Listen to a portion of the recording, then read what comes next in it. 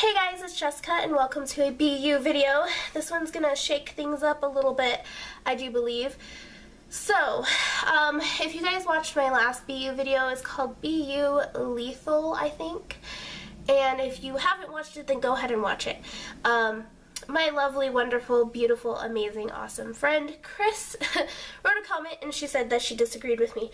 I don't know if I ever commented her back, but in any case, I'm responding to her now. So she was saying that she disagreed with me on, like, that you can control how you react to bullying is what I'm pretty sure the disagreement was. If I'm wrong, Chris, correct me.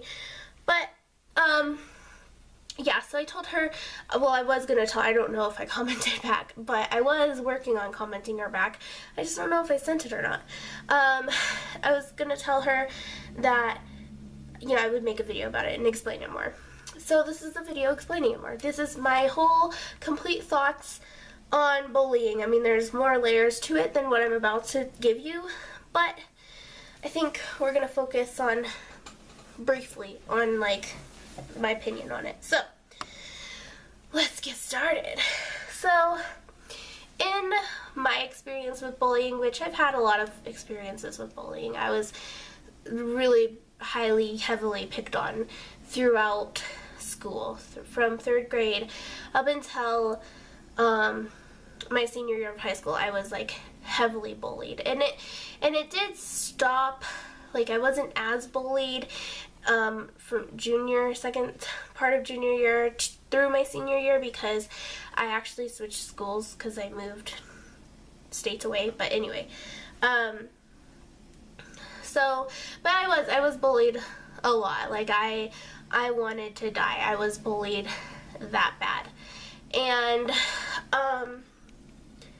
it's hard. Bullying is hard, and it's one thing if you're getting it at school, it's another thing if you're getting it at home, and then on top of that, getting it online. So, like, that's what I'm going to talk about. There's the bullying that happens at school. There's the bullying that happens with your family, and there's the bullying that happens on like social media sites that aren't YouTube. I'm going to be a little specific about this, that are not YouTube. And then there's the YouTube bullying. So yeah, so let's break it down even more. So when you got bullying at school, this is pretty immediate bullying. It'll happen to you at least 5 days a week, if that's still when school exists. You know, it'll happen to you at least 5 days a week. It's really hard to get that kind of bullying to stop unless you either speak up or tell someone that's going on. And even then, it's kind of up in the air if those people are going to quit picking on you. And you do have to build a mindset when you're going through that kind of bullying. Then there's the bullying that happens at home. This is the kind of bullying that, when I say bullying, it can range from, like, you having an abusive household, like physically abusive, emotionally abusive, verbally abusive, or to just having, like, you know, jokingly, people joking around with you about things. Like, oh, they're just kidding. I got that a lot in my family, and it really tore me down. I'm gonna be honest, it really did. My family's great. I love my family. I don't hold anything against them.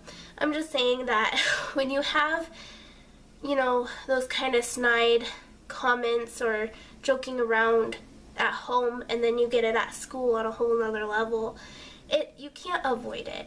You don't have a safe place to go. So then if you include online bullying, whole other field. This is like Facebook, you know, games like IMVU, League of Legends. This bullying can be really brutal, and it's because it's pretty immediate, especially if you're on League of Legends or some kind of online game, because you can like IM each other or message. I don't know how League works, but I'm on Second Life personally, and you know, you can instant message people. Bullying or like really abusive things can happen in those online communities that are really, really difficult to deal with as well. And then there's YouTube. I feel like I'm missing one. But then there's YouTube. And YouTube is a whole other thing. YouTube, I feel like, is fairly easier to ignore or change your way of thinking with. So, yeah, that's basically my overview of the different kinds of bullying you have. So, now how to handle bullying is a whole nother thing. So, on YouTube, I'm going to start with YouTube down. On YouTube, I feel like it's easier to ignore things. You can just block them, or, just ignore them, or delete their comments, or whatever. It's a little bit easier to ignore things, or delete things, or whatever the case may be. And another thing is, it's easier to be nice to those people that are mean to you because you don't know them. So, for example, the way I handle bullying on YouTube is, like, if someone leaves me a negative comment, I'm always like, thank you so much. Really appreciate it. Thanks for watching. Thanks for commenting. I appreciate your input on my life. I'm glad you're so concerned. I'm just super nice to them. They leave me alone. I don't really get repeat offenders unless they're on different accounts, and I don't know that. But, like, for the most part, they leave me alone when I'm nice. Now, if I was to fight fire with fire, it'd be a whole other thing. You don't want to do that, especially on YouTube. It's really stupid to do that. In my personal opinion, it's so stupid to argue in the comment sections on YouTube. It's really annoying and stupid, and people get really offended, so I would recommend not doing that one. But anyway, so I feel like on YouTube, to a certain extent, you can definitely control how you react to bullying on YouTube. That being said, though, imagine if you're getting bullied at school, and then you're getting bullied at home, and then you're getting bullied on other social media accounts. Then you decide to make a YouTube channel, and then you get bullied on YouTube. You literally have no safe place to go. You have none. You don't have any safe place to go. So I feel like it's very situational or circumstantial as to if people can really ignore bullying, or if people can really change how they view it. Like, I feel like it's very, very circumstantial, and I think that that's something that people need to keep in mind, is that not everybody lives the same life. So I know that if I was being bullied at home and at school and on other social media sites and then on YouTube, that would be hard to deal with. I'd have literally nowhere to go, especially since, because of my past, it's hard for me to go anywhere by myself. Like, I couldn't just go on a walk. I used to be able to, but not now. I have too much anxiety to do that. So these people literally have nowhere that is safe for them to go. Let's say you could argue, oh, well, they could just, be on their phone. Well, what if they have people harassing them through text? What if they have people harassing them through email? They really don't have anywhere to go. And so that's what I mean when I say that there are certain situations where I think that it's hard for people to control how they react to that kind of behavior. I think that it's easy to say that when you're not going through a whole crap ton of bullying. So anyway, so with YouTube bullying, anyone who's being bullied on YouTube, I do recommend that, first off, the very first thing I recommend you to do is to make 3 friends at least. When I started YouTube, I consider them my friends. I made friends with Nina and Courtney, and I'm gonna say Dina. They're like my friends. If I ever needed to talk to anybody, I could go to one of them. And then they were like my viewers, but still, I could probably talk to them and they would be like, okay, cool. That circle of friends has now grown. I have a lot more people I could talk to. But that's the number one thing I would suggest for anybody who is thinking about doing YouTube or is doing YouTube. Just make at least 3 friends. This is 6, but make at least 3. Because you're gonna need them. if you have a hard time with bullying, you're gonna need these friends, and they're gonna help you, and it's gonna be great. So, and the reason I say at least make 3 friends is because you could have a falling out with a friend. I've seen a couple people who thought they were friends with someone on YouTube and it totally got like destroyed, or you know, those people weren't being honest with them, or whatever the case may be. There's no longer that friendship, and that's why I say make at least 3. Like, try to make more. Try to make as many friends you can. That's cool, but at least 3. The second thing I would suggest is do not look at your likes and dislikes. I don't look at my likes and dislikes. I'm gonna be honest, I don't. I know that that's probably terrible because I know a lot of people use their likes and dislikes as to what kind of content they can make in the future. I'm sorry, but I have people who like certain videos and who don't like those same certain videos. I'm gonna do whatever I want because you can't please everybody. You can't. So I'm gonna do what I want with my channel, and if there's positive feedback, then awesome. If there's negative feedback, then cool, thank you. If there is no feedback, that's when I will decide whether or not to pull something from my channel and do something different, is if there's no feedback. No feedback is not good. So, but I go, when I know that people like my content, I do it based off of my comments, not my likes and dislikes. So I say ignore your likes and dislikes. Who freaking cares? The only videos that you won't see ratings on or comments on is when I tell you guys my life story later on in the year, and then a couple videos that'll be associated with that, ratings and comments are going to be disabled.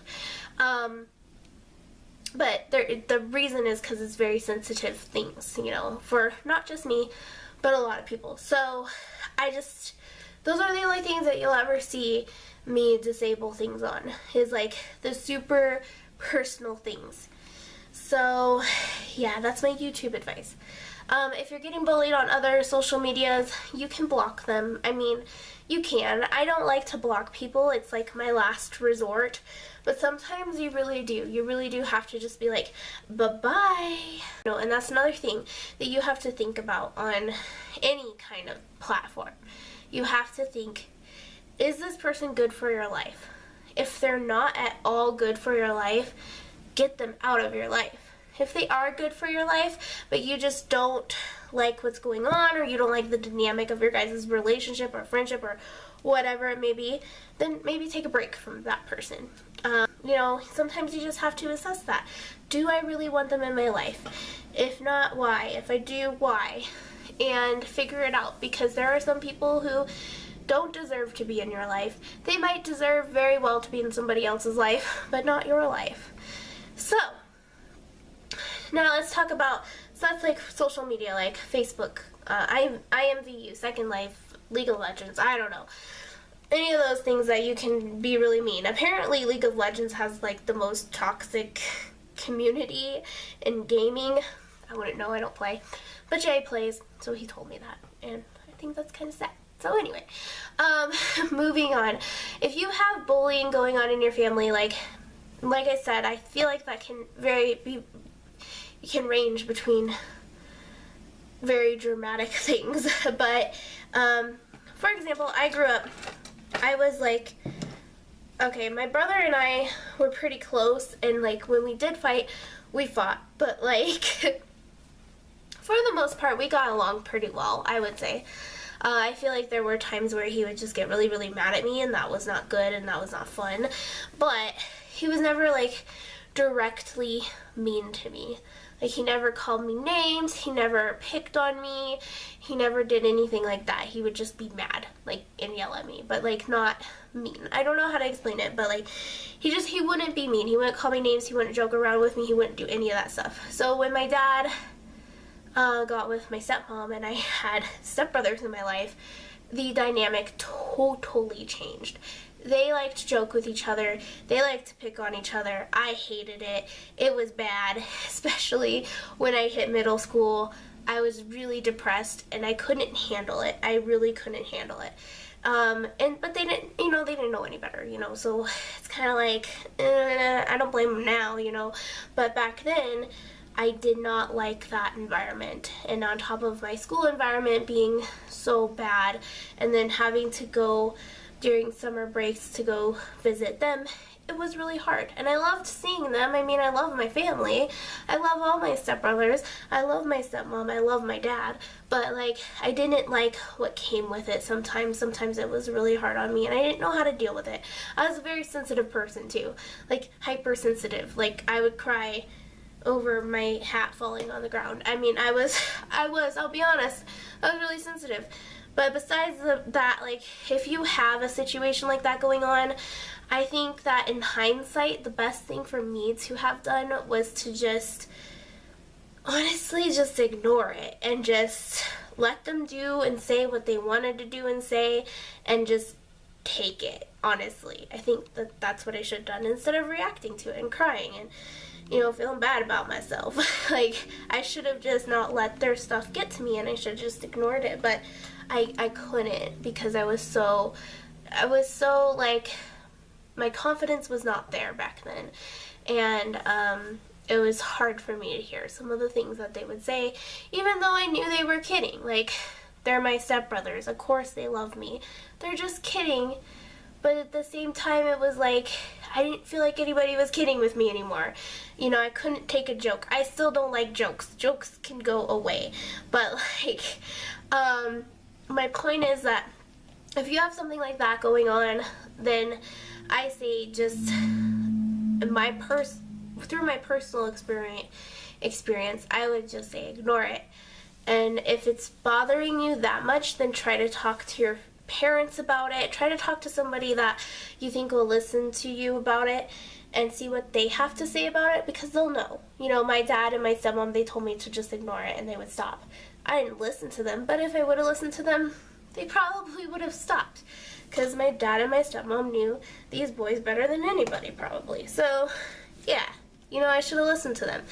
So that would be my advice, and my advice is to actually listen when you do have that talk, and don't be stubborn about it, because they're trying to help you, you know, they really are.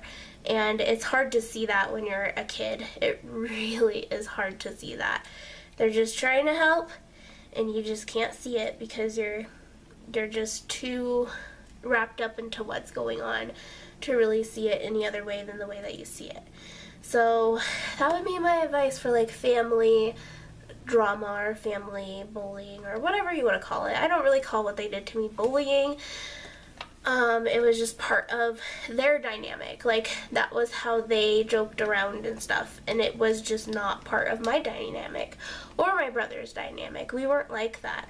So it was really hard to just be all of a sudden in that kind of environment. So, yeah, my advice for that is to just ignore it. However, if you have something more serious going on, that's always difficult to know what to do, and I don't feel comfortable saying what you should do because I don't really know, you know, if you have physical abuse going on, so I'm not going to pretend that I know how to handle that.